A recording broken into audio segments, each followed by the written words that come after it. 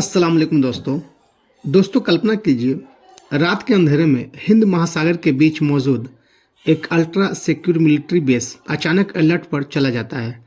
Radar screens लाल हो जाते हैं, सैटेलाइट सेंसर्स सिग्नल पकड़ते हैं।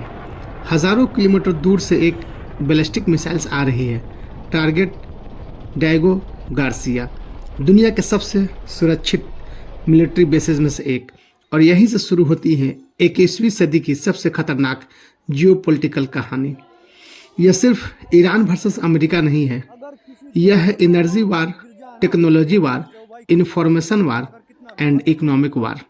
पहली बार मॉडर्न वारफेयर में सैटेलाइट्स इस्तेमाल हो रहे हैं, एआई सिस्टम का यूज़ किया जा रहा है, हाइपरसोनिक मिसाइल्स का यूज़ हो रहा है और साइबर वारफेयर है। सब एक साथ इस्तेमाल हो रहे हैं, यानी बैटलफील्ड अब ज़मीन नहीं पूरी पृथ्वी बन चुकी है। डायगो गार्सिया इतना महत्वपूर्ण क्यों है, अब समझते हैं यह जगह इतनी खास क्यों है। लोकेशन डायगो गार्सिया का इंडियन ओशियन के बीच, एशिया, अफ्रीका और मिडिल ईस्ट के बीच स्ट्रेटजिक पॉइंट। यह बेस क्या करता है? Long range bombers launch, nuclear submarines support, satellite intelligence coordination. Science angle से अगर देखें तो अर्थ की कर्वेचर और डिस्टेंस कैलकुलेशन के हिसाब से यह बेस परफेक्ट मिड पॉइंट है, यानी यहाँ से एयरक्राफ्ट बिना रिफिलिंग आधी दुनिया तक पहुँच सकते हैं। इसलिए इसे कहते हैं power projection hub. 4000 kilometre strike का मतलब क्या होता है? अगर 4000 किलोमीटर दूर टारगेट किया गया तो इसका मतलब है ईरान सिर्फ रीजनल पावर नहीं रहा, यह कैपेबिलिटी आती है IRBM यानी intermediate range ballistic missiles. Physics समझने की बात है कि मिसाइल सीधे नहीं जाती, यह स्पेस एज तक जाती है, ग्रेविटी आर्क फॉलो करती है, हाइपरसोनिक स्पीड से गिरती है। यह न्यूटोनियन मैकेनिज्म यानी रॉकेट प्रोपल्शन का कॉम्बिनेशन है। स्पीड जो है इसकी 5 to 10 मैक है। इंटरसेप्शन विंडो सिर्फ कुछ सेकंड्स हैं। मॉडर्न डिटरेंस थ्योरी क्या कहलाती है? मिलिट्री स्ट्रेटजी में एक कंसेप्ट है डिटरेंस, मतलब दुश्मन को डरा कर युद्ध रोकना। जब कोई देश दिखाता है कि मैं दूर तक जवाब दे सकता हूँ तो अटैक करने वाला 2 बार सोचता है। यह न्यूक्लियर एज का प्रिंसिपल है। साइंस एनालॉजी है, जैसे इलेक्ट्रिक सर्किट में हाई वोल्टेज वार्निंग छूने से पहले इंसान खुद रुक जाता है। युद्ध में भी यही साइकोलॉजी काम करती है। लेकिन असली सवाल यह है, अगर यह सिर्फ वार्निंग थी तो अगला कदम क्या होगा? क्या यह कॉन्फ्लिक्ट मिडिल ईस्ट से लेकर निकलकर पूरी दुनिया को इकोनॉमिक क्राइसिस में ढकेल सकता है? इसका जवाब मिलेगा जस्ट इसी भाग में। हम जानते हैं कि यह जो दुनिया है आज अमेरिका और इजराइल और ईरान वर्सेस जो फाइट है इसमें डिस्टर्ब हो गया है। दोस्तों, आज ईरान और अमेरिका एक दूसरे के सबसे बड़े विरोधी लगते हैं, लेकिन सच यह है कभी दोनों बहुत करीबी सहयोगी थे। 1960 और 1970 के दशक में, यानी 1960 और 1970 के अप्रोक्स, अमेरिका ईरान को मिडिल ईस्ट का स्ट्रॉन्गेस्ट एली माना जाता था। ईरान को मॉडर्न वेपन्स और टेक्नोलॉजी दी जा रही थी। ऑयल ट्रेड बूमिंग पर था। तब ईरान पर शासन था मोहम्मद रेजा पहलवी का, जिन्हें शाह ऑफ ईरान कहा जाता था। यह समय था कोल्ड वार का। कोल्ड वार दुनिया को 2 हिस्सों में बांटती थी, USA ब्लॉक और सोवियत यूनियन ब्लॉक। तो साइंस और टेक्नोलॉजी का जो कॉम्बिनेशन था, इसमें स्पेस रैक, न्यूक्लियर वेपन्स और स्पाई सैटेलाइट्स चलता था। अमेरिका चाहता था कि ईरान सोवियत इन्फ्लुएंस से दूर रहे, इसलिए ईरान बना स्ट्रेटजिक बफर स्टेट। फिर आया इतिहास का टर्निंग पॉइंट, ईरानियन रिवॉल्यूशन। क्या हुआ? जनता शाह की ऑथोरिटेरियन रूल से नाराज थी, इकोनॉमिक इनइक्वालिटी बढ़ रही थी, वेस्टर्न इन्फ्लुएंस के खिलाफ रिलीजियस मूवमेंट शुरू हुआ। रिजल्ट, शाह को देश छोड़ना पड़ा और सत्ता में आए रुहुल्लाह खामेनी। यहीं से ईरान की पॉलिटिकल आइडियोलॉजी बदल गई। रिवॉल्यूशन के बाद सबसे बड़ा शौक आया Iran hostage crisis. Iranian students ने तेहरान में US असेंबलीज पर कब्जा कर लिया। 52 अमेरिकी डिप्लोमेट्स होस्टेज बने। 444 दिनों तक क्राइसिस चला। सिंस एंगल्स अगर देखें, यह पहला ग्लोबल मीडिया क्राइसिस था जहां लाइव टीवी ब्रॉडकास्टिंग ने डिप्लोमेसी को बदल दिया। Public opinion foreign policy pressure बन गई। दुश्मनी अस्थायी क्यों बन गई? इस घटना के बाद अमेरिका ने सैंक्शंस लगाए, डिप्लोमेटिक रिलेशंस खत्म हुआ, म्यूचुअल डिस्ट्रीब्यूशन परमानेंट हो गया, पॉलिटिकल साइंस कॉन्सेप्ट आया, सिक्योरिटी डायलेमा जब एक साथ हो गया, तो जब एक देश अपनी सुरक्षा बढ़ाता है तो दूसरा उसे खतरा समझता है। रिजल्ट क्या हुआ कि आर्म रेस हो गए, प्रॉक्सी वार शुरू हो गए और एंडलेस टेंशन बढ़ गया। यह बिल्कुल फिजिक्स के एक्शन रिएक्शन लॉ जैसा है, हर एक्शन का इक्वल रिएक्शन। अब सवाल यह है, इतिहास की यह दुश्मनी कैसे मॉडर्न मिसाइल वार और ऑयल क्राइसिस में बदल गई और ईरान ने इतनी एडवांस मिसाइल टेक्नोलॉजी कैसे विकसित की? दोस्तों, सबसे बड़ा सवाल यह है, जब ईरान पर दशकों से इकोनॉमिक सैंक्शंस लगे हैं तो फिर उसने एडवांस मिसाइल टेक्नोलॉजी कैसे बना ली?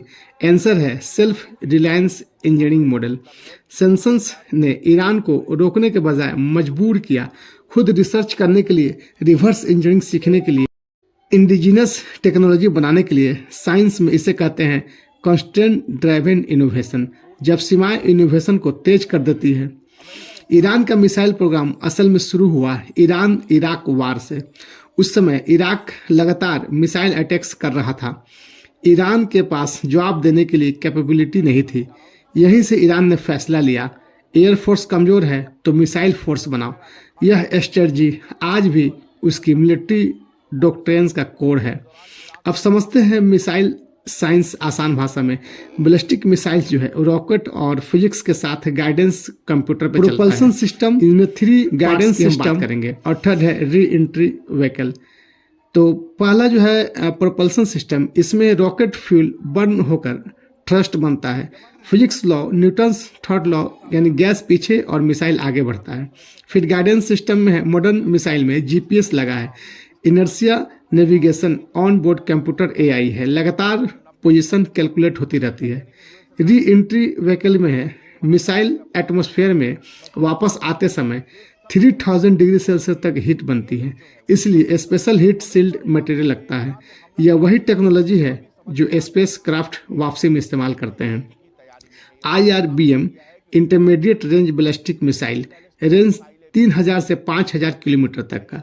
इस रेंज का मतलब है पूरा Middle East, Indian Ocean base, regional military hubs theoretically reach में आ जाते हैं। मिसाइल स्ट्रेट नहीं उड़ती, यह अर्थ कर्वेचर फॉलो करती है, जिसे कहते हैं बैलिस्टिक ट्रेजेक्टरी। यह ऑर्बिटल फिजिक्स का सिंपलीफाइड वर्जन है। अब सवाल है, अगर मिसाइल आती है तो डिफेंस कैसे रोकता है? Modern interceptor system, radar detection, trajectory prediction, AI calculation और इंटरसेप्टर मिसाइल्स लॉन्च। प्रॉब्लम यह है कि हाइपरसोनिक स्पीड पर रिएक्शन टाइम बहुत कम होता है। यह मैथमेटिकली रेस है, यानी detection times versus impact time. जिसके एल्गोरिथम्स तेज होता है वही जीतता है। यानी मॉडर्न वार जो है कंप्यूटर प्रोसेसिंग पावर की लड़ाई है। अब सोचिए, अगर मिसाइल टेक्नोलॉजी इतनी एडवांस हो चुकी है तो अगर मिस्टेक से या किसी दूसरे टारगेट पर चला जाए तो वहाँ के लोगों का या वहाँ के देश का कितना नुकसान होगा। अगर मिसाइल टेक्नोलॉजी इतनी एडवांस हो चुकी है तो असली ग्लोबल डर मिसाइल नहीं बल्कि ऑयल सप्लाई है, क्योंकि अगला बैटलफील्ड जमीन नहीं बल्कि दुनिया की एनर्जी लाइफलाइन बनने वाली है। स्ट्रेट्स ऑफ हॉर्मुज क्यों दुनिया की सबसे खतरनाक जगह बन गई है? ऑयल जियोपॉलिटिक्स एक्सप्लेन्स के वजह से। कैसे एक समुद्री रास्ता पूरी दुनिया की इकोनॉमी हिला सकती है। तो यह कंफ्यूजन भी आज आपका मैं दूर कर देता हूँ। दोस्तों, अक्सर हम सोचते हैं कि युद्ध मिसाइल और बम से जीता जाता है, लेकिन मॉडर्न वार में और मॉडर्न वर्ल्ड में असली ताकत एनर्जी कंट्रोल है। अगर किसी देश ने एनर्जी सप्लाई रोक दी तो बिना गोली चलाए पूरी दुनिया प्रभावित हो सकती है। और इस एनर्जी सिस्टम का हॉट है स्ट्रेट्स ऑफ हॉर्मुज। जो स्ट्रेट्स ऑफ हॉर्मुज है पर्शियन गल्फ का oil supply will drop overnight, pushing global fuel prices up, hurting economies everywhere, and forcing companies to reroute ships thousands of miles around Africa. So this tiny waterway could have huge global consequences. Do you think the world economy can handle it? एक पतले समुद्री रास्ते से क्यों गुजरता है और इसकी लगभग जो विड्थ है वो 33 किलोमीटर है, लेकिन शिपिंग लेन सिर्फ 3 किलोमीटर ईच साइड है।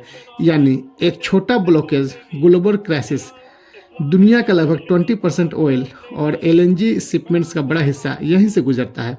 इसलिए इसे कहते हैं world's energy choke point. Physics और नेटवर्क साइंस में एक कंसेप्ट है बोटलनेक इफेक्ट। जब पूरा सिस्टम एक नैरो पाथ पर डिपेंड करे तो फेलियर रिस्क बहुत बढ़ जाता है। एग्जाम्पल के लिए हाईवे का narrow bridge, internet data cable cut, वैसे ही ग्लोबल ऑयल नेटवर्क का बैटल नेक जो है वो हॉर्मुज है। यह सप्लाई चेन फिजिक्स के जैसा है। ईरान के पास ट्रेडिशनल नेवी कम है, लेकिन उसने चुनी asymmetric warfare strategy, technologies, fast attack boats, sea mines, naval drones, anti ship missiles, छोटे वेपन्स बड़े शिप्स के खिलाफ, science principle, small force, smart position और लार्ज इम्पैक्ट या नॉन लीनियर वारफेयर है। अगर स्ट्रेट्स ऑफ हॉर्मुज कंटिन्यू बंद रहता है तो ऑयल प्राइस पिकअप हो जाएगी, स्टॉक मार्केट गिर जाएगा और इन्फ्लेशन बढ़ती है। क्यों? क्योंकि modern economy energy dependent system है। एनर्जी की प्राइस बढ़ेगी तो ट्रांसपोर्ट का कॉस्ट है वो भी बढ़ जाएगा, और जब ट्रांसपोर्ट का कॉस्ट बढ़ेगा तो फूड प्राइस ऑटोमेटिक बढ़ जाएगी, और जब फूड प्राइस ऑटोमेटिक बढ़ेगा तो ग्लोबल इन्फ्लेशन हो जाएगा। यह डोमिनो इफेक्ट है। सिस्टम साइंस में इसे कहते हैं कैस्केड फेलियर। अब सवाल यह है, अगर ऑयल रूट खतरे में है तो अमेरिका सीधे मिलिट्री एक्शन क्यों सोच रहा है? अगर अगला कदम ग्राउंड इन्वेशन हो सकता है और टारगेट क्या होगा? जवाब मिलेगा इसी कंडीशन में कि ये बहुत ज़्यादा रिस्की है। दोस्तों, जब किसी क्षेत्र में अचानक हजारों सैनिक भेजे जाते हैं तो यह सिर्फ डिफेंस नहीं होता, यह सिग्नल होता है एस्केलेशन फेज शुरू हो चुकी है। यानी मिलिट्री डॉक्ट्राइन के अनुसार ट्रूप डिप्लॉयमेंट का मतलब सप्लाई लाइंस तैयार, एयर सपोर्ट रेडी है और नोबल प्रोटेक्शन एक्टिव है, यानी बैटलफील्ड एक्सपेंड होने वाला है। Modern wars mostly air strike से लड़े जाते हैं, लेकिन ग्राउंड इन्वेशन सबसे कठिन होता है क्योंकि टेरियन रेजिस्टेंस है, अर्बन वारफेयर है, लॉजिस्टिक्स कम्प्लेक्सिटी है, और साइंस के एंगल से देखें तो वार लॉजिस्टिक फिजिक्स प्रॉब्लम पे चलता है। आर्मी को चाहिए गुड फूड और फ्यूल भी चाहिए, एमुनिशन भी चाहिए। हर सैनिक मूविंग एनर्जी कंज्यूमर है। सप्लाई चेन टूटे तो फेलियरेशन बिल्कुल करीब है। स्ट्रेटेजिक एनालिसिस, जिस जगह की चर्चा हम करते हैं, खार्ग आइसलैंड, यह ईरान का सबसे बड़ा ऑयल एक्सपोर्ट टर्मिनल है। लगभग ईरान का मेजोरिटी ऑयल एक्सपोर्ट यहीं से होता है। इसका मतलब है मिलिट्री टारगेट नहीं, इकोनॉमिक हार्ट है। दोस्तों, हर युद्ध दो स्तर पर लड़ा जाता है। विजिबल वार यानी मिसाइल्स, टैंक्स, सोल्जर्स इटीसी ये इंक्लूड रहते हैं, इसमें शामिल होते हैं। और एक दूसरा जो रास्ता है वो है इनविजिबल वार, इंटेलिजेंस ऑपरेशंस। असल में मॉडर्न कॉन्फ्लिक्ट्स का सबसे डेंजरस हिस्सा यही हिडन वार होता है। इसे कहते हैं शैडो वारफेयर, जहां गोलियां कम और इन्फॉर्मेशन ज़्यादा इस्तेमाल होती है। इजराइल की फेमस इंटेलिजेंस एजेंसी मोसाद, इसकी responsibilities foreign intelligence gathering, covert operations, cyber surveillance, targeted missions. Cold war के बाद मोसाद को दुनिया की सबसे इफेक्टिव इंटेलिजेंस एजेंसीज में माना जाता है। कुछ स्ट्रेटजिक रिपोर्ट्स के अनुसार आइडिया था targeted strikes plus internal pressure, और साथ ही साथ जब ये होंगे तो पॉलिटिकल सिस्टम कोलैप्स होंगे। इसे पॉलिटिकल साइंस में कहते हैं रिजिम चेंज स्ट्रेटजी। लॉजिक है कि लीडरशिप वीकेंड करो, इंटरनल इंस्टेबिलिटी बढ़ाइए और सिस्टम खुद कोलैप्स करेगा, लेकिन थ्योरी और रियलिटी अलग होती है। इतना कुछ होने के बाद अमेरिका और इजराइल ने ईरान को इतना डिस्टर्ब किया, फिर भी अभी तक रिजिम को चेंज नहीं कर पाए। प्लान क्यों फेल हो सकता है? सिस्टम साइंस के अनुसार ईरान का पॉलिटिकल स्ट्रक्चर सेंट्रलाइज नहीं है, पावर डिस्ट्रीब्यूशन अलग अलग है, रिलीजियस लीडरशिप है, मिलिट्री स्ट्रक्चर्स है, पॉलिटिकल इंस्टीट्यूशन और रीजनल नेटवर्क्स अच्छा है। यह डिस्टर्ब्ड नेटवर्क जैसा है। साइंस एंगल से अगर देखें तो इंटरनेट सर्वर मॉडल जो है वो ब्लॉक्ड है, ब्लॉक चेन का नेटवर्क है। एक नोड हटाने से पूरा सिस्टम बंद नहीं होता, इसलिए टारगेटेड प्रेशर हमेशा रिजिम चेंज नहीं लाता है। आज स्पाई ऑपरेशन बदल चुके हैं। अब टूल्स हैं साइबर हैकिंग का, डिजिटल सर्विलियन का और सैटेलाइट ट्रैकिंग और साथ ही साथ एआई डाटा एनालिसिस का। एआई लाखों डाटा पॉइंट्स एनालिसिस करके पैटर्न्स खोजता है। यह डाटा साइंस और जियोपॉलिटिक्स का कॉम्बिनेशन है। मॉडर्न इंटेलिजेंस एल्गोरिथम का वारफेयर है। लेकिन अब कन्फ्लिक्ट और डेंजरस होने वाला है, क्योंकि अगला कदम साइकोलॉजिकल वारफेयर है। जब दुश्मनी की सेना से नहीं और उसके कमांडर से नहीं, बल्कि उस देश से और उसके मेन जो ऑयल है या मेन जो एनर्जी है उससे रिलेटेड हो, तो यह ज़्यादा ही गंभीर रूप धारण कर लेता है। दोस्तों, हर युद्ध में एक समय ऐसा आता है जब लड़ाई बैटलफील्ड से निकलकर दिमाग में पहुंच जाती है। इसे कहते हैं साइकोलॉजिकल वारफेयर। यहाँ लक्ष्य होता है दुश्मन की सेना को साइकोलॉजिकली और फिजिकली और यानी मेंटली कमज़ोर करना। मॉडर्न वार में फियर भी वेपन्स बन जाता है। रिपोर्ट्स के अनुसार कुछ मिलिट्री कमांडर्स पर मॉनेटरी रिवार्ड्स घोषित किया गया है। अगर ये वीडियो आपको इन्फॉर्मेटिव लगी हो तो मेरे चैनल को सब्सक्राइब करें, वीडियो को लाइक करें और